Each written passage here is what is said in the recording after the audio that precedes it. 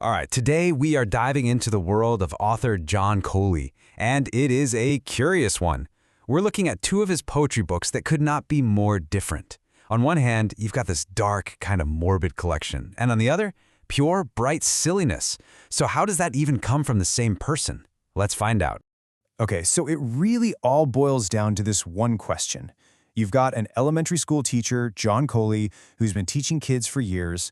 So what inspires his poetry? A trip to the Haunted Mansion, of all places. Yeah, the answer, as you can probably guess, is delightfully morbid. I mean, there it is, right from the author himself. Usually. That one word tells you everything you need to know, doesn't it? It's just the perfect setup, it's dark, it's hilarious, and it's totally self-aware. This is the exact kind of humor we're about to get into. Okay, let's start with part one. We're taking a little tour of a very peculiar graveyard with his book, Tickled to Death Funny Epitaphs. So, the story goes, Coley's standing in line for the Haunted Mansion ride, right? And he's reading all those clever little poems on the fake tombstones and gets an idea. He decides he's going to write his own, but get this, he uses the names of his actual students. All in good fun, of course, I hope. So before we dive in, let's just quickly remember what an epitaph is. Super simple, it's that little poem or phrase you see on a gravestone, right? But in the hands of John Coley, well, that classic, somber idea gets a seriously funny and pretty fatal makeover. Okay, let's meet our first resident. Here lies Jillian, a friend to all of us. Ah, that's so sweet. She should have looked both ways before walking in front of that bus. Oof. See what I mean? It's that whiplash, from sweet and sentimental straight to, well, slapstick. That's the magic of this whole collection. And this next one, this is just so perfect for today. Here lies Bryson, renowned social media poster. His mistake? Who shouldn't have been bathing while warming bread with a toaster. I mean, you can just picture it, can't you? It's so absurd, but maybe a little too relatable, which is what makes it so funny. Okay, one last stop on our tour of this unfortunate graveyard. Meet Braden. He enjoyed tempting the fates. Oh boy. Alas, it would seem that a rooftop is not where one should wear roller skates. Yep, that'll do it. It's that classic, well, what did you think was going to happen kind of humor. Just a perfect little story with a very, very grim ending. So you're thinking, okay, this guy's whole thing is dark, morbid humor, right? Well, just when you think you have him figured out, he completely flips the script. We're shifting gears now from that dark narrative style to something completely different. We're talking pure, goofy, out-and-out silliness. Welcome to part two. We're now entering Limerick City.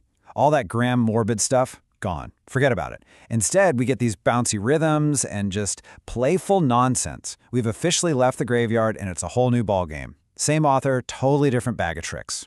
And, I love the author's own definition of a limerick. He gives you the technical stuff, the AABA rhyme scheme, the rhythm and meter, and then just says boring. For him, it's not about the rules. Limericks are just a way to celebrate how weird and funny life can be. Okay, so let's just break down that AABB thing real quick, just so you can hear it in the next few poems. It's simple. Lines 1, 2, and 5 all rhyme with each other. And then lines 3 and 4, the shorter ones, they have their own little rhyme. That's what gives it that famous kind of sing-songy rhythm that's just perfect for goofy jokes. Hey, look who it is. Jillian's back. But this time, thankfully, there's no bus.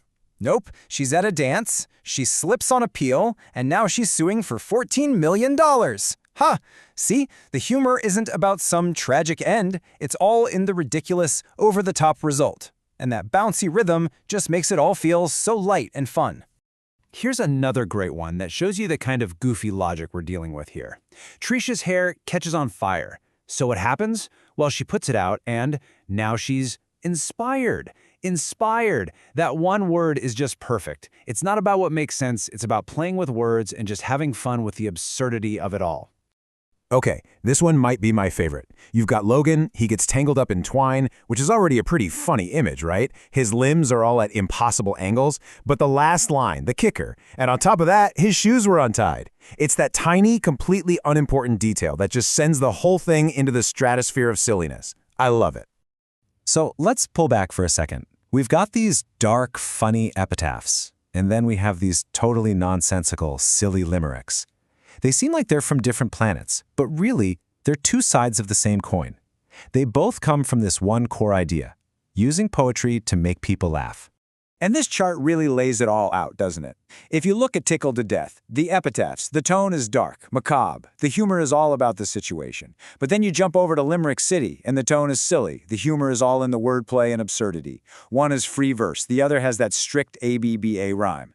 When you see it like this, you really get a sense of this author's incredible creative range. Which, of course, brings us right back to the guy who wrote them, an elementary school teacher for over 25 years. And in his own words, what's the explanation for all this? He says that's probably what's wrong with him. You gotta love that humor.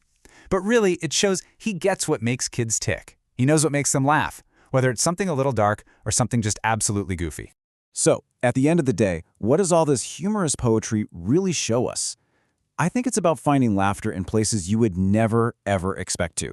From a funny tombstone to a completely absurd limerick, Coley's work is a great reminder that humor isn't just one thing. It can be dark, it can be silly, it can be ironic, and it shows us that poetry can be this amazing playground for finding fun in just about anything.